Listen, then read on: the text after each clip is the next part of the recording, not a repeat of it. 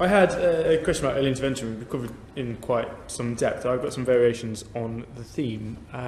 Carlie, you mentioned inner cities and then going out to Kent and the different elements that existed there. And so Michael, you talked about the places in the northeast in particular with high levels of exclusion rates tend to be fairly deprived industrial towns similar to Mansfield where I represent.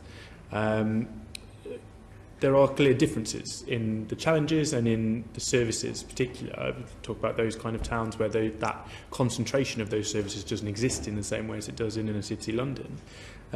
Does the approach to this in terms of intervention need to be different therefore across those different parts of the country, or is there something that we can say, local authorities need to do X?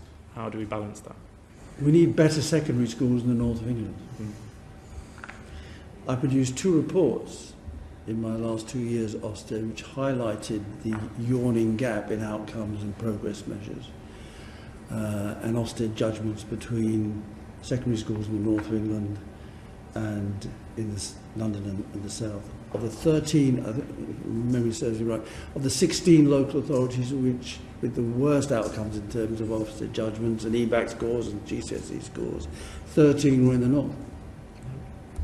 Now, we need good schools everywhere in England and Britain. We need we don't need this disparity, because as long as we have poor schools or underperforming schools in the north of England, we will have high rates of exclusion as we have here. Now, I don't think there's a correlation between high rates of exclusion in places like Middlesbrough and knife crime, but there are high rates of exclusion with all the consequent effects of that.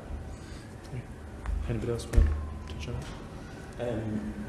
What I would say in terms of that, I don't think knife crime is your only measure in terms of when you're looking at issues regarding violence and exclusion in schools.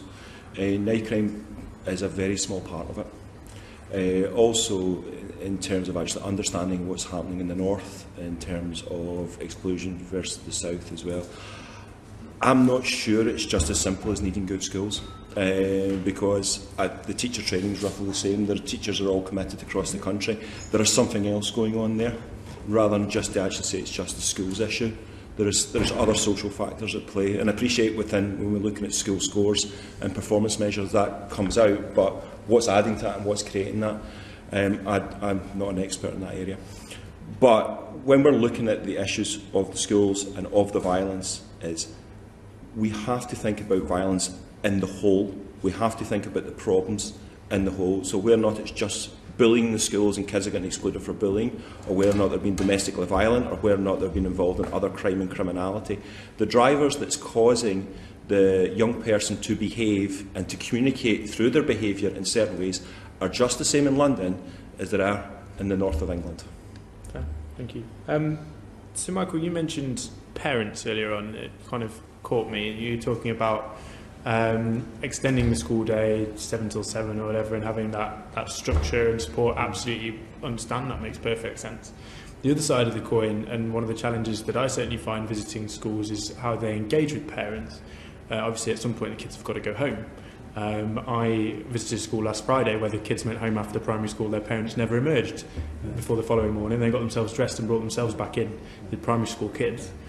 So how do we do that? We can't just take kids away for more and more of the day. We have to engage parents in those processes. What's happening to try and do that? You're quite right. The family is still a great educator. I am what I am, you are what you are because of the family you came from, probably. And schools can only build on the values and the support and the love that families give them. But if a child comes from a dysfunctional family, and a family that's not working and where there's little love and little care and attention, then they're more likely to get into trouble in school. The idea of a school, of a child who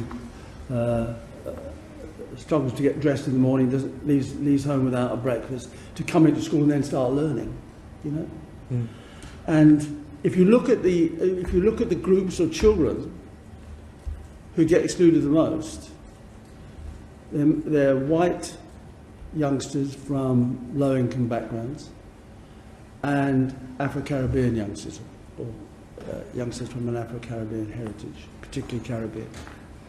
You're talking about engagement. And that is something there are lots of reasons for that, but one of them is lack of support from family members and dysfunctionality within the family.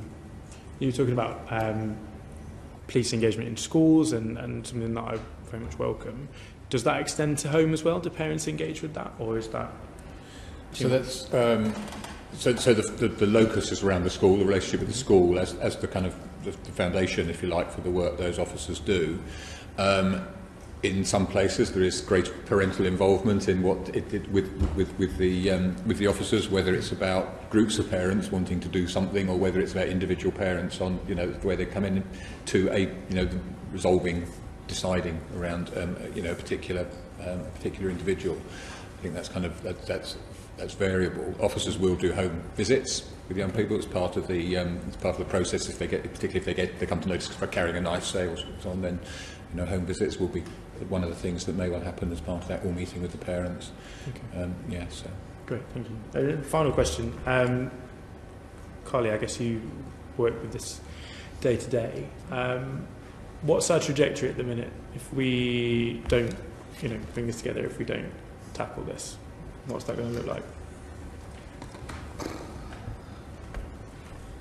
Well, as I've already said a few times, we've lost too many lives up until now, and even today we're talking about school exclusion and knife crime. In 6 months we're going to be talking about school exclusion and gun crime. Okay, this is escalating massively. I need to come back to the family as well, the parents. Like the majority of parents that I work with, they're loving individuals, they want the best for their children. They're out there working 12, 13-hour days because they're on low-paid jobs, 0-hour contracts. They aren't able to get breakfast ready for their children before they go to school because they've already left the house. They're not there for their children when they get home from work to put dinner on the table because they're doing their 5th shift of the day or 5th different job of the day. We really need to support these families. We do need to look at maybe after school clubs, those basic simple things where our young people do have a safe space that they can go to. They're not at risk. In Forest Hill the other day we've got a young man 4:10 in the afternoon on Monday pulling a 12-inch blade from his chest where he'd been stabbed. He's in his school uniform. What on earth is going on? It's absolutely bonkers out there. This is only going to get worse. It's only going to get worse. And I don't want to sound negative, but right now, for me, it's not going to get better anytime soon. We've really got to escalate. We've really got to pull together on this one. Sorry, did you want to briefly comment? Were you looking? Very briefly, yes. So I think a lot of the activity, certainly that the police are involved in, is the suppression activity. That's having an impact, but it's not the long-term solution. We're already seeing indications, and there's independent research that kind of suggests this is the case, that the traditional sort of factors that took people out of crime once they got jobs, got married, all those things that all the long-standing criminological research would say is why people stop offending. We're seeing those reducing in impact. We're seeing people staying involved in criminality, and particularly in the gang culture, longer, and that's clearly a concern if that's not something we can interrupt.